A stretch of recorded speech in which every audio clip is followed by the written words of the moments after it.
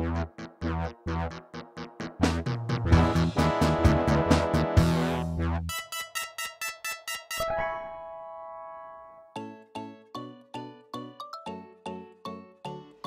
má môj pes separačnú úzkosť a ja odchádzam z domu, je rozumné mu dať nejakú kostičku, s ktorou sa zabaví prvých 30-40 minút, pretože to býva práve ten čas, kedy je to celé najhoršie.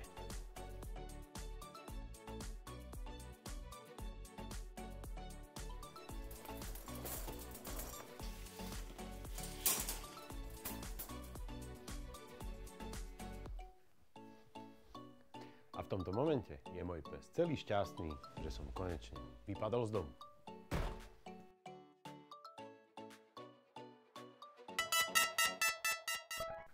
A keďže som s obsom rád aj vo veľmi úzkom kontakte, tak žuvacia kostička s dentálnou hygienou pomáha psovi takisto, ako my myslíme na naše čistenie zubov.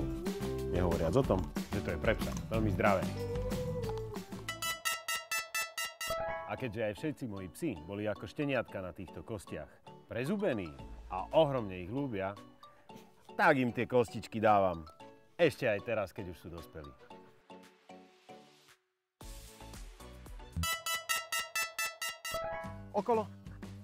Okolo, ľahni.